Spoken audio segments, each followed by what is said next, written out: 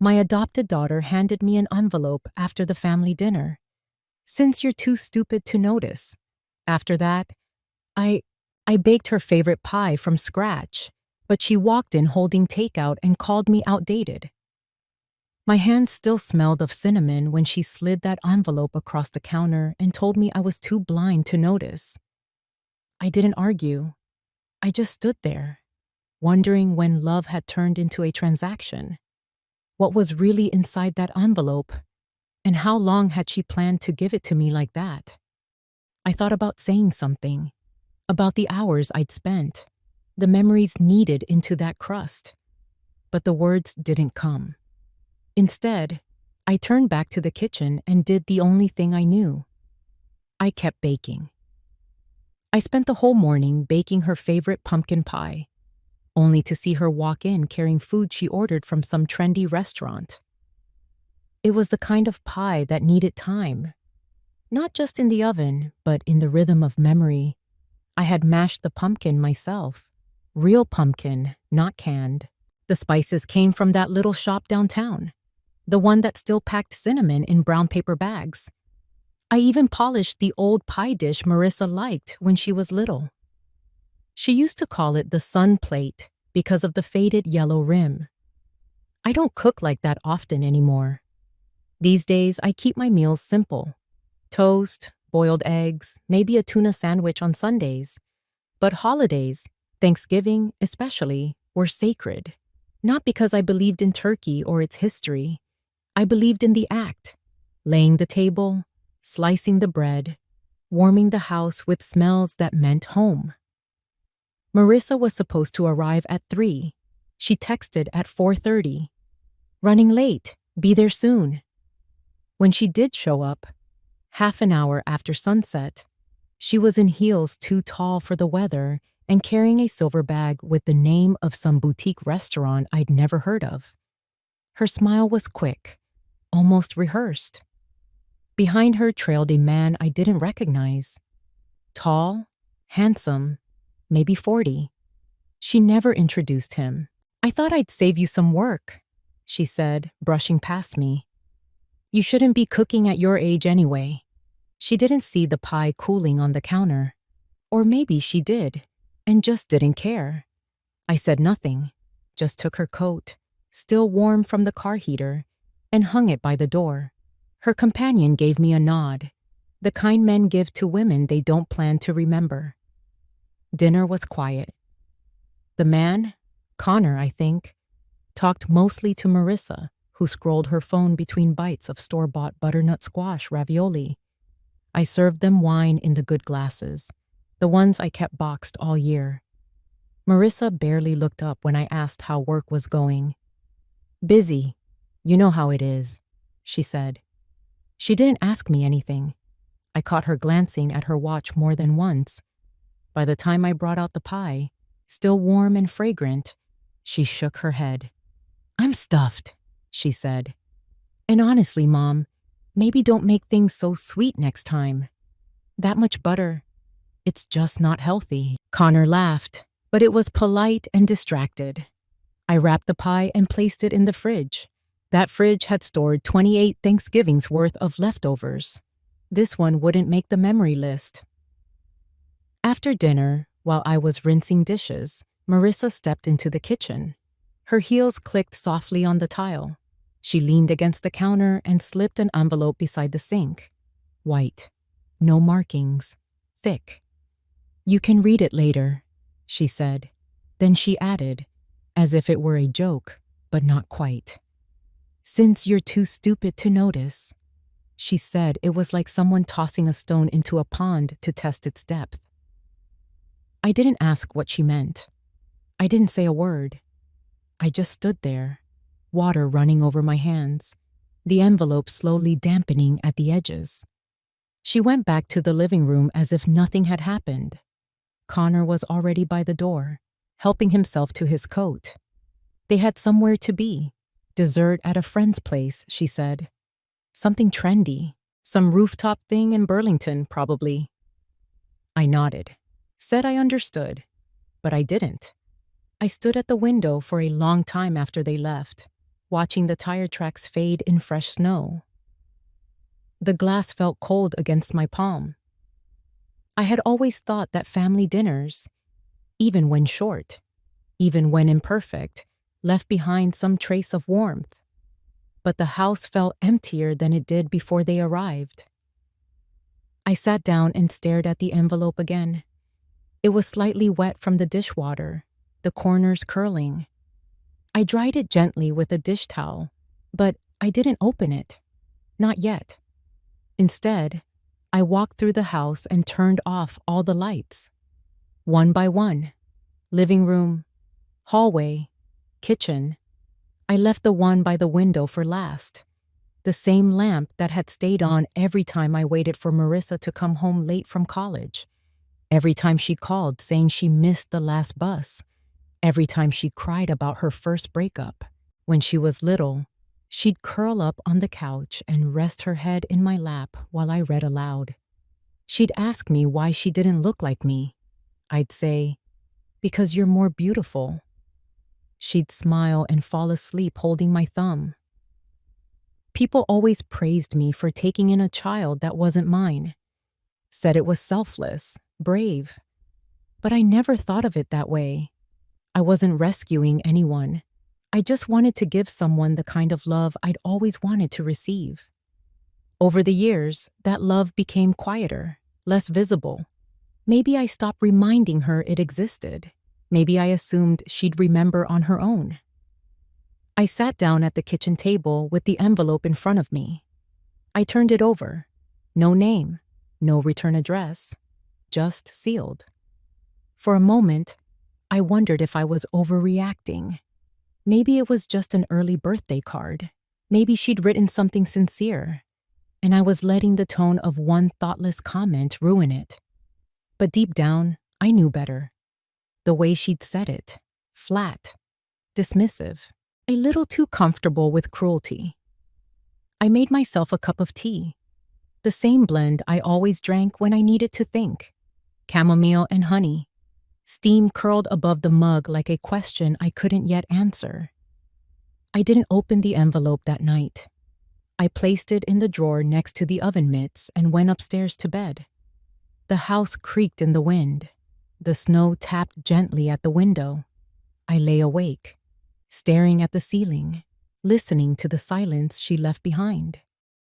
Dinner wasn't even over, and yet I felt colder than the world outside. That night, I found myself folding napkins back into the drawer, even though I knew no one would be here for a long time. It's funny what the hands do when the heart doesn't know where to put itself. The table still smelled of the rosemary I'd sprinkled on the rolls. I had made those from scratch too, half whole wheat, just like she used to like. Back when she still noticed the difference. I checked the dishwasher twice, even though I knew it was empty. I guess I wanted to hear something mechanical working the way it should. I stood there, the door open, staring at the racks. Then I shut it quietly, like closing a chapter. I glanced at my phone on the counter. No missed calls, no thank you text. I told myself not to expect one, but the telling didn't make the waiting any easier. Upstairs, I turned on the radio. A jazz station from Montpellier played something slow, something full of empty spaces. The kind of music that doesn't fill a room but asks questions of it. I sat in the rocker by the window and looked out over the field. Snow dusted the tops of the fence posts. There was a time. She used to run across that field in galoshes 2 sizes too big, laughing so hard she couldn't breathe. She'd bring me dandelions like they were roses. And now she brings ravioli in a foil tray and an envelope without a return address. Sometimes I wonder if all mothers go through this. A slow, invisible migration from safe place to afterthought. I'm not angry, not yet. That part of me is still quiet. But there is a chill that has nothing to do with the weather. I remembered something odd from earlier, just as I was brushing my teeth. When she first stepped through the door, she didn't even glance at the bookshelf. That shelf has held her pictures since high school. The graduation frame, The one with the blue robe and crooked cap used to make her laugh. Tonight, she walked right past it like it was wallpaper. People think distance is made of miles, but it's not. It's made of eyes that don't linger, of words that arrive late or not at all. I pulled the chain on the lamp and let the room go dark. In the hallway mirror, I caught a glimpse of myself. Same sweater I'd worn last Thanksgiving, same hair, just a little thinner. But something in my face was different. There's a look women get when they've been trying too hard for too long. I turned away from it. There was no letter inside, just a copy of a legal document. My signature at the bottom, but I don't remember ever signing it. I sat on the edge of my bed, envelope open, paper unfolded. It didn't crinkle like a personal letter would. It lay flat, thick, and legal. A form labeled Durable Power of Attorney, neatly typed, with my full name at the top, and at the bottom, my signature, except I didn't remember writing it. The ink looked familiar. The signature even mimicked the slight upward tail I always did on the K. But it felt wrong, like looking at your own reflection and not recognizing the eyes. I held the paper to the light. My hands didn't shake, not yet. But the cold had crept up through the floorboards, and now it wrapped around my knees like doubt. There was no cover letter, no note explaining why it was sent or what it meant, just the form. 2 pages, clipped together, as if all it needed was the weight of ink to shift everything I'd spent a life building. The last time I went to the bank with Marissa was sometime in August. She had called the night before, saying something about new statewide estate laws and how we should get ahead of it. I agreed without asking too much. I trusted her. At the bank, she spoke for most of the appointment. I remember the man behind the desk smiling too much, handing me papers, flipping pages. I didn't have my glasses. She told me where to start. I didn't ask questions. Back then, I still thought asking meant you didn't believe the person sitting next to you. I thought love meant full trust. I placed the paper flat on the comforter and stood up, walking slowly to the closet. I pulled down an old metal file box labeled Important Documents. The label had faded, just like the memories tucked inside. I brought it to the bed and sat cross-legged, knees aching under my nightgown. Inside, tax returns, insurance policies, the warranty for a refrigerator I no longer owned, and near the back, copies of my signature, from the deed to this house, the will I'd made after my husband passed, the agreement I'd once signed with the nursing union, all in my hand, all still mine. But this one felt different, just close enough to pass, just wrong enough to sting. Outside, the wind picked up, rattling the panes. The old farmhouse made its usual groans, but I heard them differently now. I reached for the phone. Arthur answered after 2 rings. His voice was always steady, like a man used to disappointing weather and slow change. "Hope I didn't wake you," I said. "You didn't. I was reading. I got something strange today. Thought maybe you'd know more about it than I do." "I can take a look," he said. "Bring it over tomorrow? Could you come here instead?" A pause. "Sure." I didn't say thank you. I didn't need to. Arthur had known me long enough to hear what wasn't spoken. After we hung up, I stayed sitting there for a while, paper in my lap, radio off.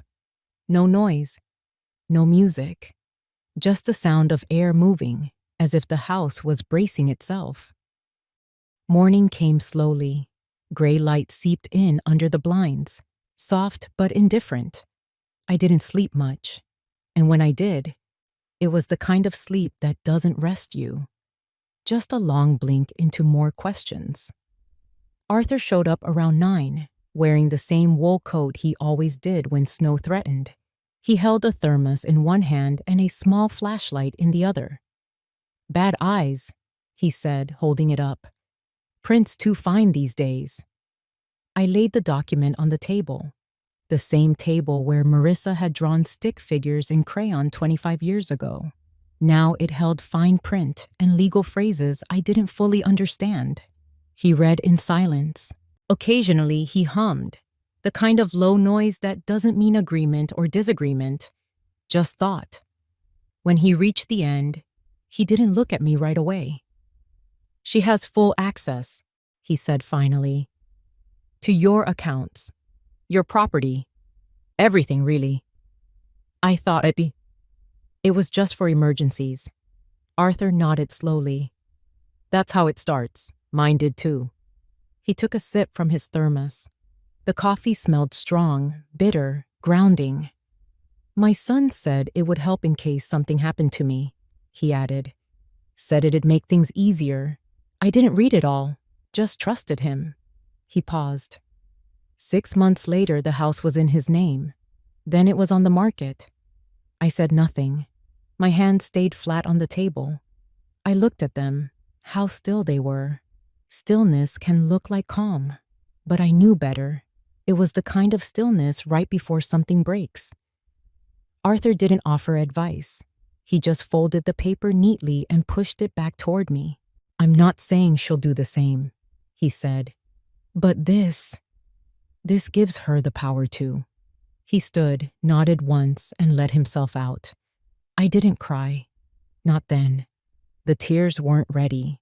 What came instead was a slow, heavy ache in my ribs, like my body had just started to realize something inside it had shifted. I walked upstairs again.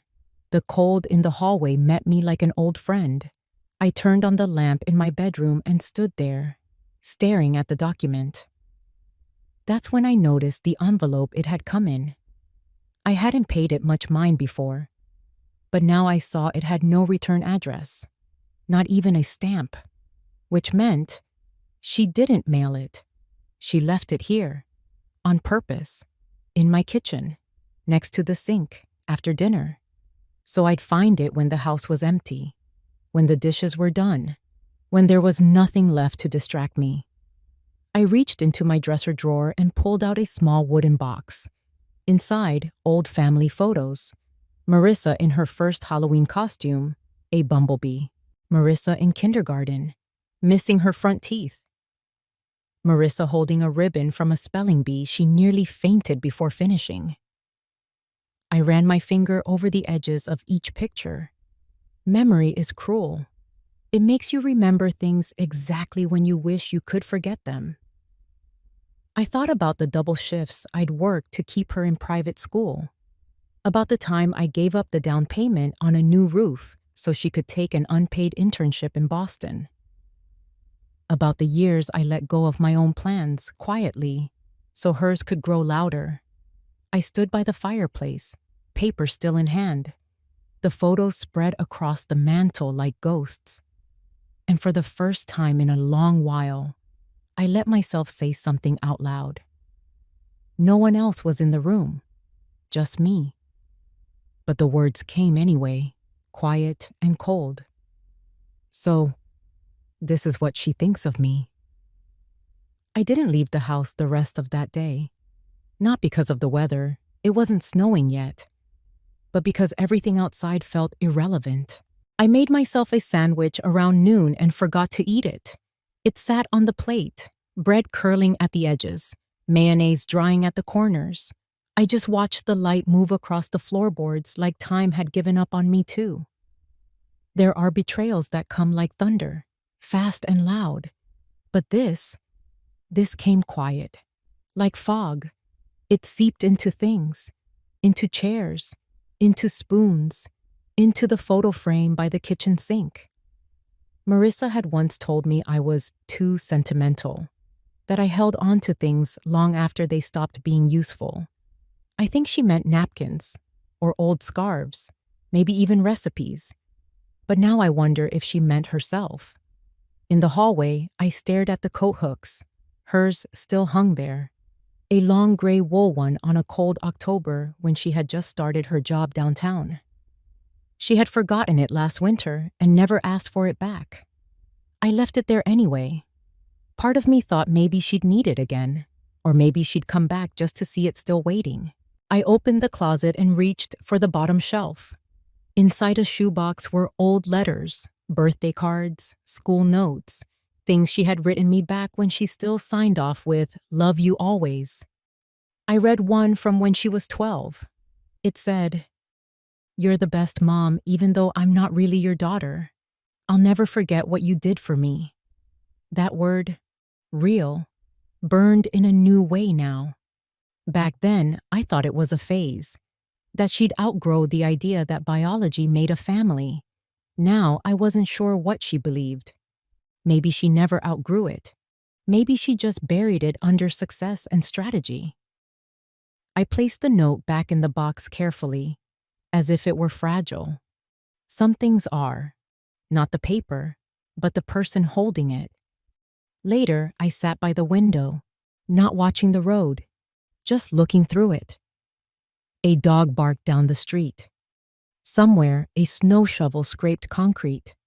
The world continued, stubborn as ever, and me, I just sat there, still holding a truth I hadn't asked for. Maybe I didn't miss the signs. Maybe I just refused to believe my daughter could look me in the eye and lie. It's strange what the mind filters out when it wants to believe the best in someone. I thought Marissa's long silences were just exhaustion, that her clipped answers were stress, that the way she avoided eye contact was modern busyness, not deceit. But Arthur's warning had cracked something loose. And now her words kept playing in my head like a scratched record. "You don't need to worry about the details, Mom." That sentence was built for dismissal, polite, clean, designed to make me feel safe while removing me from the conversation altogether. I didn't say anything to her, not yet. Instead, I put on my coat, grabbed my notebook, and drove into town. The Maple Bridge Public Library hadn't changed in decades. Same smell of paper and mildew, same humming fluorescent lights that always flickered near the back stacks. I found the section marked Legal Self-Help and ran my finger along the spines. Most books were years out of date, but one had a chapter on power of attorney and elder rights in Vermont. I pulled it off the shelf, sat down at a table near the window, and started reading. The language was dense, designed for lawyers, not people like me. But I made notes anyway. Phrases that stood out. Revocation process. Formally notify involved institutions. Witness signature required. I wrote down everything, even what I didn't understand. I could look it up later. Outside, someone shoveled the walkway, the sound scraping against the stillness like a warning. I glanced up briefly, then went back to the book. A librarian passed by and smiled. I smiled back, closed the book, and tucked my notes into my purse. Next stop was the bank. It looked like it had been scrubbed clean of any personality. Sleek counters, pale walls, digital screens showing interest rates and winter promotions. A young woman greeted me with a scripted cheerfulness that felt like customer service training more than genuine warmth. "I'm here to request printed statements on my joint accounts," I said. She typed something, smiled, then hesitated. "I'll need to speak with a manager." I waited, hands folded in my lap. When the manager came, older, friendlier, but still cautious, he handed me a stack of papers and said, "Some of these changes were recent. Do you want a copy of the updated ownership structure as well?" I nodded. He didn't ask why. Back in my car, I read through the statements. Transfers, new signatories, adjusted access dates. A few notations I didn't understand, but the trend was clear. Over the past year, Marissa had been making decisions that removed me from control, slowly, methodically, like a frog being boiled in water. I didn't cry, not this time. Instead, I drove to the Pine Cone Diner. Arthur was already there, sipping coffee from a chipped mug. The place smelled like maple syrup and scrambled eggs. I slid into the booth across from him, set the papers on the table, and looked him in the eye. "Tell me your story," I said.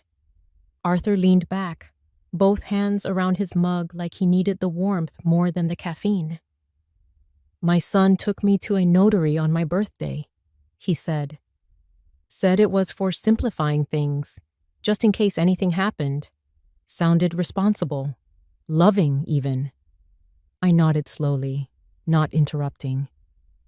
He had me sign a few forms, called them estate planning documents, said it would help avoid probate. He let out a bitter chuckle. "Probate? That's a word you only hear when someone's planning around you, not with you." "What happened?" I asked it, even though I knew. 6 months later, I got a letter saying my house was no longer mine. He'd sold it, used the money to cover debts I didn't even know he had. By the time I figured it out, it was legal. I'd signed everything. I gave him the keys myself without knowing it. I looked down at my hands, suddenly cold.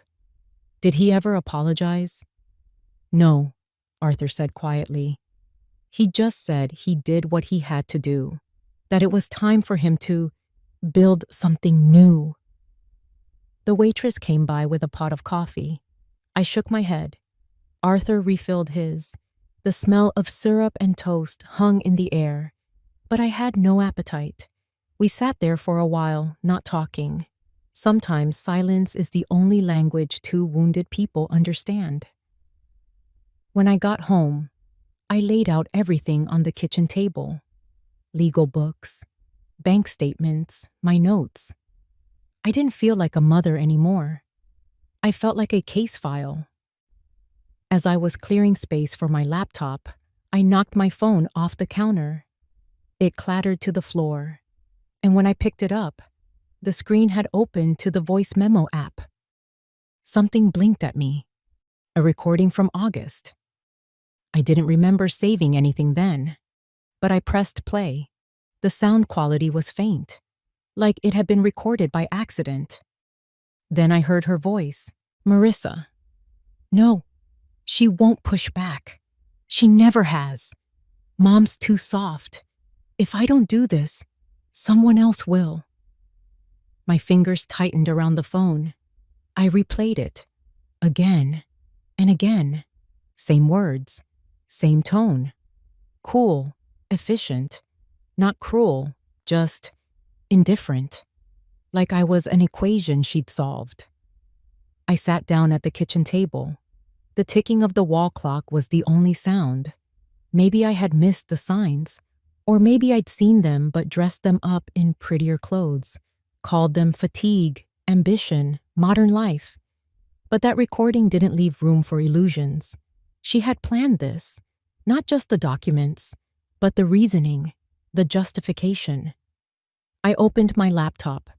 It creaked from disuse, dust along the corners, a piece of masking tape still on the edge, labeled Marissa's College Fund 2011. I typed slowly, each word sharp. How to revoke a power of attorney in Vermont. I didn't sleep that night. Not really. I lay in bed with the lights off, watching shadows stretch across the ceiling like long, accusing fingers. The house made noises it hadn't made before. Or maybe they were always there, and I was just finally quiet enough to hear them.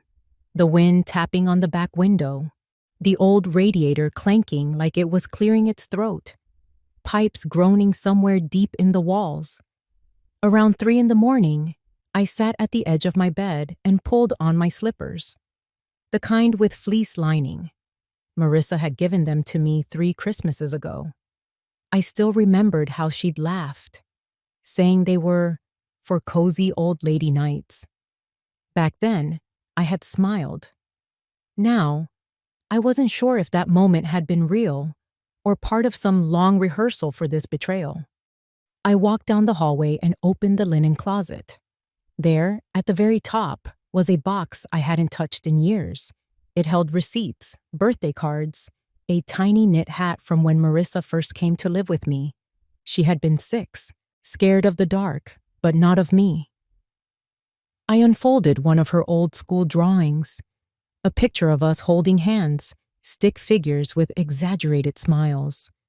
My name was spelled wrong, Bernadine, but she had drawn a heart above it anyway. I put it back in the box carefully, then sat in the living room as the sky began to lighten. Outside, the snow had finally started. Soft, steady, the kind that erased edges. At 7 a.m., the garbage truck rumbled down the street, its brakes screeching in protest. Somewhere, a radio played faint Christmas music, tinny and cheerful. The world was turning, ordinary and unapologetic, while mine felt paused. I poured myself a cup of coffee. No sugar, no cream, just black and bitter like the morning. Then I did something I hadn't done in years. I lit the fireplace, not because it was cold, but because I needed something warm to look at, something alive. The flames caught slowly, then opened up in the hearth like they'd been waiting for me. I watched them and thought, this isn't over. This can't be where it ends. That night, I didn't sleep. I kept hearing her voice, those 6 words echoing in my head. By morning, I wasn't broken anymore. I was planning. I wasn't afraid of being tricked again. What scared me was pretending I didn't know anymore. There's a strange kind of peace that comes after the storm. Not relief. No, nothing that soft. More like stillness. The kind that lets you hear your own breath again. That was how I felt the next morning. I got dressed slowly, layering up against the frost that painted the windows in silver patterns. My boots squeaked on the wooden floor as I made my way to the kitchen. I poured myself a mug of coffee, steaming hot. No cream. The same bitterness I'd come to appreciate. Then I picked up the envelope I had prepared the night before. It was addressed to a name I hadn't thought of in years. Ms. Judith Cohen. She had helped a neighbor write a will back in 2017, and I'd remembered her kindness, the way she explained every line like she was teaching instead of just billing by the hour. I didn't want confrontation. I wanted precision. And for that, I needed someone who knew the rules better than I did. The sun had barely crested the hills when I stepped outside. Maple Bridge was quiet. No kids on bikes. No dogs barking yet. Just that brittle cold that makes everything seem breakable. Miss Cohen's office was behind the post office, tucked between a secondhand bookstore and a closed-down barbershop. A brass plaque read, Cohen and Myers, LLP, though I knew from the neighbor that Myers had passed away 5 years ago. Inside, the warmth hit me like a sigh. Wooden walls, a ticking clock, the faint smell of old paper and lemon polish. Miss Cohen greeted me with a look that said she didn't remember me, but was willing to pretend she did. I'd like to update my will, I said, folding my gloves in my lap. And, while we're at it, there are some other documents I'd like to change. Her eyes sharpened, but she nodded.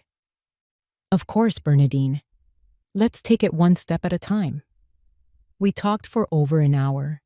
She walked me through the revocation process, making sure I understood every form. I signed the papers slowly, carefully, like each letter of my name was reclaiming something I'd given away without knowing it. I'd also like to designate a new beneficiary, I said. Everything, the house, the accounts, whatever's left. I wanted to go to the Maple Bridge Children's Fund. She raised an eyebrow but said nothing. When we finished, she asked, Do you want me to file a report? I looked down at my hands, nodded in my lap. No, I said. I just want her to know I'm not stupid, and I'm still here. Ms. Cohen didn't smile, but there was something close in her eyes. Maybe respect. Maybe relieved that I wasn't like the others who came in screaming and broken. I stepped back into the cold with my coat buttoned high and my chin tucked down. Snow had started to fall, soft, slow, deliberate, like the world was taking a breath with me. I walked 3 blocks to the diner, Same one Arthur and I had met at, but this time I sat alone. A different booth. Notebook in front of me, pen in hand, black coffee steaming. I started writing. Not a letter, not a journal. Just facts. Dates. Names. Transfers. Passwords I had changed. Accounts I had rerouted. I made a trail that only I could follow, and I kept it neat. Halfway through my second cup, I glanced out the window and saw a boy walking a golden retriever, both of them slipping a little on the icy sidewalk. Life, still going on. Unaware of the quiet war inside me. This wasn't revenge. It wasn't even justice. It was clarity. The waitress came by and topped off my coffee without asking. I nodded in thanks, then glanced at the time. Just past noon. I had told no one where I was going, not even Arthur. Not because I didn't trust him, but because I needed to know I could still move in this world without asking permission. A strange kind of muscle was waking up inside me. Not anger, not pride, just steadiness. I took out the list I had started last night and added a new line. Change security questions. Then another. Remove joint access to the safety deposit box. I didn't even remember agreeing to a joint box. Maybe I had. Maybe I'd been too tired or too trusting. Or maybe I just believed that saying yes was what love looked like at my age. I flipped the page and began writing something else. Not a list this time, just a sentence that had been circling in my head since I'd walked out of Miss Cohen's office. I once gave everything to raise a child. Now, I'm saving what little I have left from her. It felt strange to see it written down, like putting my own breath on paper. But it was true, and if I didn't write it, I might forget how clear it had become. The bell above the diner door jingled. For a moment, I tensed, half expecting to see Marissa's tall silhouette or that coat she loved with the gold buttons. But it was just a man in overalls and a young girl in snow boots. I looked back at my notebook. Focus. In the last hour, I had revoked power of attorney, redirected all mail to a new P.O. box, and began preparing a separate checking account under only my name. Ms. Cohen had given me a referral to a CPA in the next town over. Someone discreet, who didn't gossip, she'd said with a half smile. This wasn't about hiding. This was about reclaiming. As I gathered my things, Arthur's name popped up on my phone.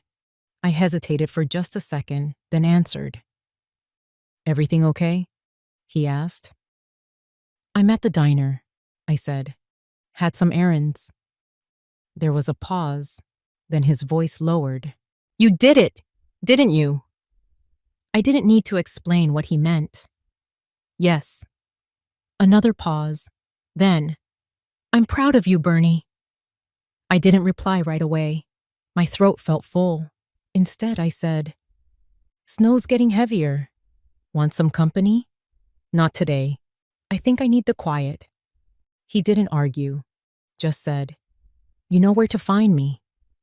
I slipped my phone into my coat pocket and stood slowly. The notebook went into my handbag, zipped shut. I left cash on the table. Too much, but the waitress smiled as she picked it up. Outside, the snow had begun to layer over everything. My footprints from earlier were already fading. At home, I lit the fire again. Then I checked every lock on every window.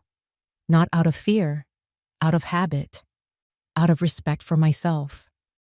I sat in my favorite armchair, the one with the frayed armrest, and opened my laptop. I didn't browse. I didn't check my email. I opened a new document and typed a single sentence. The moment you stop pretending not to know is the moment you begin to remember who you are. I saved it without a title. Just as I was about to close the screen, my phone buzzed again. A text from Marissa. "Coming by tomorrow. We need to talk." I stared at it for a long moment before replying. Good. So do I. The rest of the afternoon passed in quiet labor. I washed dishes that didn't need washing, sorted drawers I hadn't opened in years. Somewhere between the old batteries and the forgotten takeout menus, I found a ring box. Inside was a pin, a little silver hummingbird with one wing slightly bent. Marissa had given it to me when she was 9. I remembered the way she'd whispered, "So you don't forget you can fly." I closed the box gently and put it in my pocket. Not because I forgave her, but because not every memory needed to be exiled. Some could stay, quietly, without permission to rule over me. By late afternoon, the sky had turned to that strange, bruised blue it always wore before a storm. I made a pot of chicken soup, not because I was hungry, but because the smell of it made the house feel less hollow. I took out my address book, the old leather one with torn pages and names I hadn't called in decades. I flipped through it slowly. Most of the people were gone, or too far away to reach. But one name stood out: Lorraine. She had once been a colleague, the kind who always smelled like cinnamon and had stories about every person in town. She had moved to a senior complex in Burlington years ago. I dialed the number on a whim. She answered on the third ring. "This is Lorraine." "Lorraine, it's Bernie Whitaker." A pause, then a gasp. "Bernie? Lord, I thought you'd moved to Florida and found yourself a man." I laughed.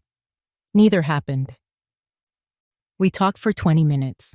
Nothing deep, mostly small-town gossip and updates on mutual friends who had hip replacements, who had grandkids on the honor roll. But at the end, I said, "Lorraine, if I needed a witness for a document, someone who wouldn't ask too many questions, would you still be that person?" There was no hesitation. "Give me the time and the address, sugar. I'll bring my best pen." After I hung up, I felt something I hadn't in weeks, tethered, not to a person, to a choice, to the idea that I could build my own scaffolding again. Later that night, I went into the garage. It was freezing, the kind of cold that bites through layers. I pulled down an old suitcase, dust coating the leather like ash. Inside were letters, some from Marissa, most from Robert, her adoptive father, written back when he still remembered birthdays and holidays. I didn't read them. I just stared at the weight of them, the life they once held, now reduced to ink and assumptions. I zipped the suitcase back up and slid it behind the lawn chairs. Not today. Not anymore. The last thing I did before bed was change the locks, not because I thought she'd come uninvited, but because I needed to know that every key still in circulation was one I'd chosen to give. As I climbed into bed, the wind picked up outside. It scraped the windows like fingernails. I turned off the lamp and let the darkness settle around me. This time, it didn't feel heavy. It felt earned. I set out 2 wine glasses, as if it were just a warm mother-daughter chat. But really, I was testing how well I could play innocent. The room looked soft in the evening light. The fireplace murmured quietly, flames licking behind the grate like they had their own secrets. I adjusted the lamp by the buffet table, not too bright. The snow had started falling again, gently this time. I lit one of the cinnamon candles she'd given me last Christmas, a scent I never liked, but she insisted I would eventually grow into.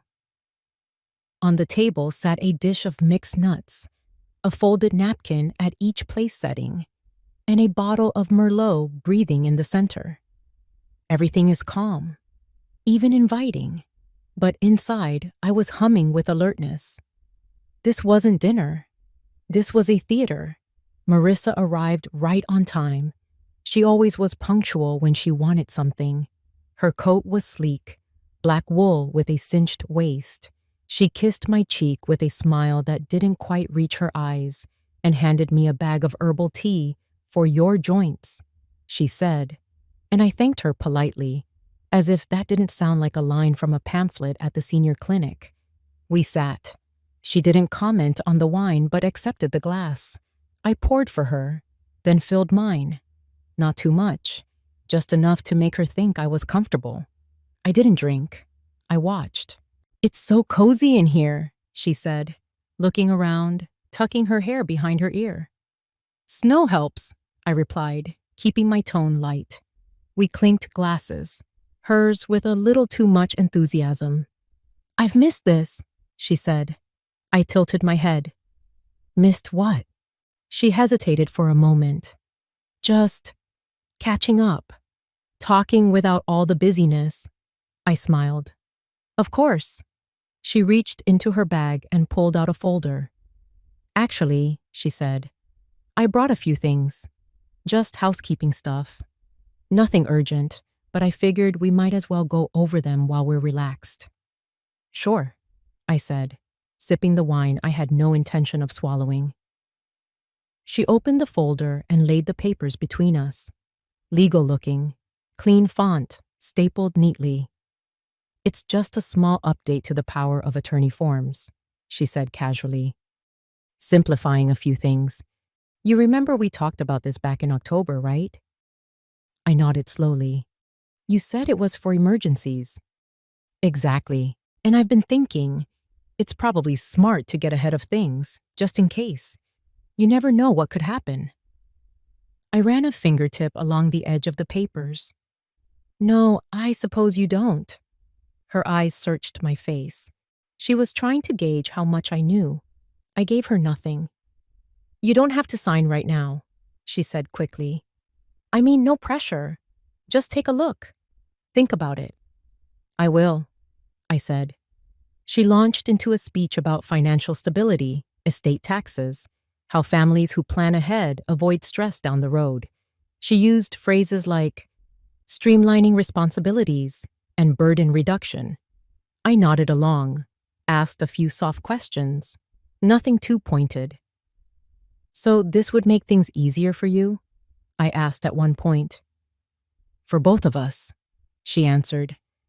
"But especially you." I refilled her wine glass. She didn't notice that mine remained almost untouched. The clock in the hallway ticked, each second its own quiet judge. I let her speak. That had been the advice.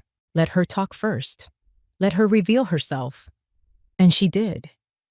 As the second glass of wine loosened her tongue, her voice took on that lilt I remembered from her teenage years, the one she used when trying to convince me she wasn't lying. She leaned in closer. "Honestly, Mom, I've already done so much of the legwork. The bank stuff, the insurance calls, all of it. I've been managing this whole ship for a while now. And I don't mind, really, but it's easier if we're aligned." "Aligned," I repeated, like it was a new word I needed to learn. She smiled. "You've always been so trusting. I love that about you." It wasn't a compliment. Not anymore. I folded the edge of the napkin between my fingers, listening to her circle the same phrases like she was rehearsing a pitch. It didn't bother me, not in the way it once might have. I was watching her now, not as a mother desperate to be loved, but as a woman testing the limits of another's truth. She handed me a pen, silver, sleek. I took it, turned it in my hand. "There's no rush," she repeated. "It's just easier if we wrap this up soon. Banks get fussy at the end of the fiscal year." Her voice was too smooth, polite. But something in her tone betrayed her. I recognized it. Not fear exactly, but pressure. Pressure from some unseen clock she thought I couldn't hear. I tapped the pen once on the table, then set it down deliberately beside my wine glass. "So," I said, "you've already started updating things? Even before I signed?" She blinked. "Only the basics. Nothing final, of course." "And the accounts? The ones with both our names now? Did you switch those too?" There was a pause. Her mouth opened just slightly, as if searching for the right expression, but she recovered fast. It's just easier to access. In case of emergency. You know that. Emergencies, I echoed, then smiled faintly. Funny how often those seem to come up lately. She tilted her head. What's that supposed to mean? I shrugged. Nothing really. Just a thought. Her eyes narrowed for half a second. The smile didn't disappear, but it frayed at the edges. You've always hated dealing with this stuff, she said. You used to say paperwork made your head spin. Still does, I said. I reached forward slowly and placed my hand over the stack of unsigned documents. But I changed my bank accounts last week, I said calmly. You didn't notice? The silence that followed was sharp. She stared at me, expression locked between confusion and disbelief, like the floor had tilted slightly and she was trying not to lose her footing. What? I kept my gaze steady. Passwords changed. Beneficiaries updated. The lawyer said it's all finalized. Why would you? She faltered, then gave a short, incredulous laugh. You talked to a lawyer? I didn't answer. I didn't need to. She stared at me. I could see her trying to assess the damage, measuring the angles of a plan that was suddenly no longer hers. You didn't say anything, she murmured. You acted like everything was fine. I refilled her glass again. The bottle was nearly empty now. I just wanted to see what you'd say, I said, voice soft. Now I know. Marissa didn't reach for the wine. Her shoulders were stiff, mouth a tight line. Was this some kind of test? She asked it, low and sharp. No, I replied. It was a conversation, or at least, it started as one. She stood up abruptly, chair scraping against the floor. I didn't move. You think I'm some kind of monster? No, I said, watching her. I think you're a person, and I finally stopped pretending not to see who you are. She walked to the window, arms folded. Snow clung to the panes, thickening now in the fading light. I did all of this for your sake, she said, back turned to me. I was trying to protect your future. My future? I smiled to myself. At 79, you don't get it, do you? She snapped, turning around. If I didn't step in, someone else would have. You're soft, Mom. You've always been. You let people walk all over you. I was trying to make sure you didn't get taken advantage of. I stood now, slowly. The fire cracked once behind me, loud in the silence. You weren't protecting me, I said. You were helping yourself. And I let you, for longer than I care to admit. But not anymore, she scoffed. You think you're in control now? I don't think, I said. I know. Her eyes scanned the room, as if looking for something familiar to grab hold of. But the house wasn't hers. It never was. I should go, she said stiffly. I didn't stop her. She gathered her folder, the untouched wine glass, and her coat. As she reached for the door, I added, I'll send you the contact information for Ms. Cohen, in case you have any questions. She paused, just long enough for me to notice. Then she left. The door clicked shut behind her. I didn't cry. I didn't rage. I simply walked over to the table, cleared the glasses, and rinsed them in the sink. The warmth of the water reminded me I was still here, still solid. Later that night, I sat in the living room, same fire burning low, and wrote 3 lines in a notebook I hadn't touched in years. At 1, trust is a slow thing. 2, love shouldn't feel like debt. Chapter 3, I am not stupid, and I am not gone. I sat at the kitchen table long after Marissa left, the smell of her perfume still lingering faintly in the air. It was strange, the way quiet settled after the confrontation, not like peace, but like dust finally floating down after the weight of a storm. I looked down at the documents she'd tried to hand me. Neat edges, precise fonts, language built to confuse. I didn't tear them. That would have felt too dramatic. Instead, I slid them into a drawer with an old manual can opener and expired coupons. Let them sit with other things no one cared to understand anymore. Outside, the snow thickened. It clung to the porch steps and darkened the edges of the window glass. I reached for a cardigan, one I hadn't worn in years, brown with frayed cuffs, and wrapped it around my shoulders. Not for warmth, really, for memory. In the quiet, I found myself walking down the hallway to the old linen closet. Behind stacks of folded towels was a small tin box, the kind people once used for recipes. I hadn't opened it in over a decade. Inside were index cards, some smudged, some yellowing, each written in my own hand. Recipes I'd copied from neighbors, friends, Marissa's third-grade teacher. I ran my fingers over the ink. Cherry cobbler, Sunday meatloaf, her favorite cinnamon French toast. I remembered how she used to climb onto the kitchen stool, still in her pajamas, watching me dip slices of bread into the egg mixture. "Make it extra cinnamony," she'd say, as if I'd never forgotten. I smiled at the memory, but it didn't soften anything. That's what no one ever tells you about betrayal. It doesn't erase the love. It just lets you finally see the boundary between the two. Back in the dining room, I lit a single candle. Not because I was expecting company, just because it felt like the kind of evening that deserved a small, steady flame.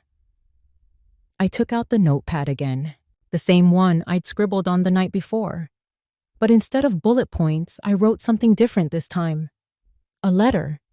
Not to Marissa, not to Arthur, just to myself. "Dear Bernadine," it began.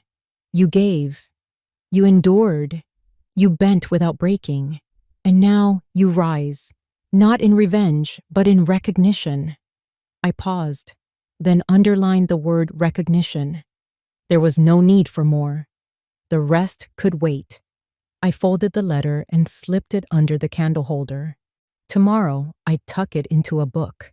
Maybe leave it on the shelf next to the window where the light hit just right at noon. For now, I poured myself one last glass of water, turned off the kitchen light, and stood at the foot of the stairs. I didn't feel triumphant, just grounded. For the first time in a long time, I would sleep with the bedroom door unlocked. Not because I trusted the world again, but because I trusted myself to face it. I don't think I won. I just stopped losing. That morning, the world outside looked like it had been scrubbed clean in the night.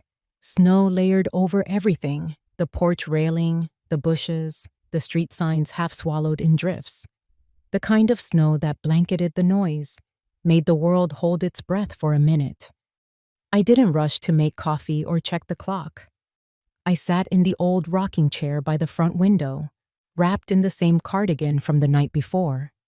The same cardigan I wore back when Marissa first arrived in my life, barely 7 years old, with big eyes and hands that flinched every time someone spoke too loudly. I remembered how she'd hated winter, said it felt like the sky was pushing down on her. I used to tell her the snow wasn't heavy. It was just the world trying to quiet itself. Now, sitting with a lukewarm mug and sore knees, I finally understood what I'd meant. The fireplace still held the last of last night's heat, but the cold was always there. Not cruel, just persistent. But I had learned how to keep myself warm. Not with flames, not with people, with knowing, with finally seeing what was mine to carry and what I could put down. On the mantel, next to the ceramic angel I'd meant to pack away after Christmas, sat a sealed envelope. My name wasn't on it. Hers was. Marissa. The letter inside hadn't come easily. I rewrote it 3 times. The first version was bitter. The second was just noise. But the third, well, I didn't know if it was right. I only knew it was true. I didn't plan to send it. That wasn't the point. Some words are meant to be said just once, and sometimes only to yourself. I don't blame you, but I also don't belong to you. I am not yours to control. I paused as I read that last line again. There had been a time when I would have erased it, softened it, but now it felt necessary. The sound of tires on fresh snow pulled me out of my head.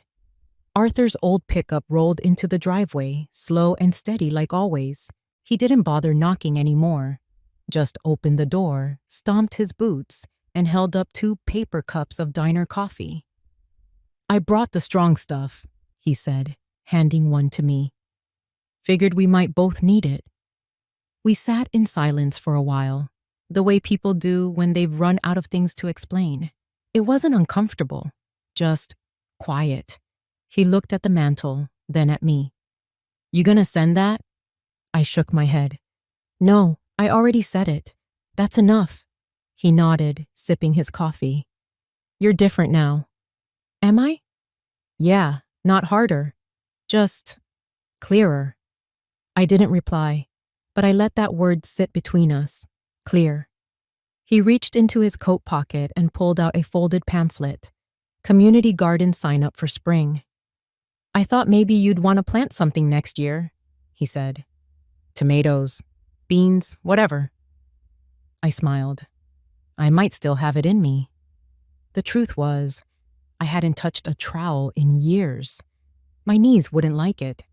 My back would complain. But that wasn't really the point. It wasn't about tomatoes.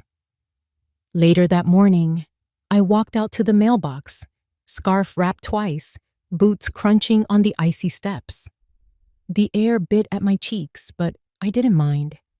It felt good to feel the cold and not flinch. Inside the box was a single envelope, cream-colored, handwritten. I thought maybe, for a second, it was from her. But the return address said Maplebridge Children's Shelter. I opened it right there, the wind tugging gently at the corners of the paper. "Dear Mrs. Whitaker, we are honored and humbled by your generous gift. The scholarship fund you've established in Marissa's name will help so many children find the futures they deserve. Thank you for believing in them."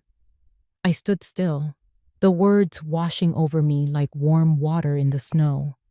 That shelter had been a cold place once. I remembered the smell of bleach, the way the radiators clicked at night, and the way Marissa's tiny fingers had held my sleeve like it was a lifeline. That was where we became a family. Or so I thought. It felt right to send something back there, not out of revenge, not out of spite, just to set something down, to return part of what had been taken and make something new from it. Inside, I placed the thank you letter next to the one I'd written for Marissa. 2 envelopes, one that would never be opened by her, and one that had already found its way to the right hands.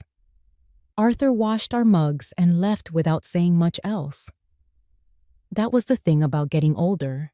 Sometimes you don't need full sentences. Sometimes it was enough to show up with coffee and a garden flyer.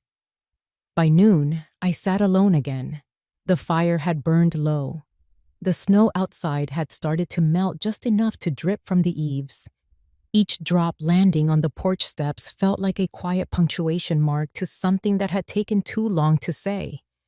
I didn't check my phone. I didn't wait for her to call or show up. If she did, she'd find a woman who wasn't afraid of being misunderstood anymore. A woman who'd stopped explaining herself just to be heard. There's a kind of freedom in not needing to be right, in knowing your story, even if no one else reads it.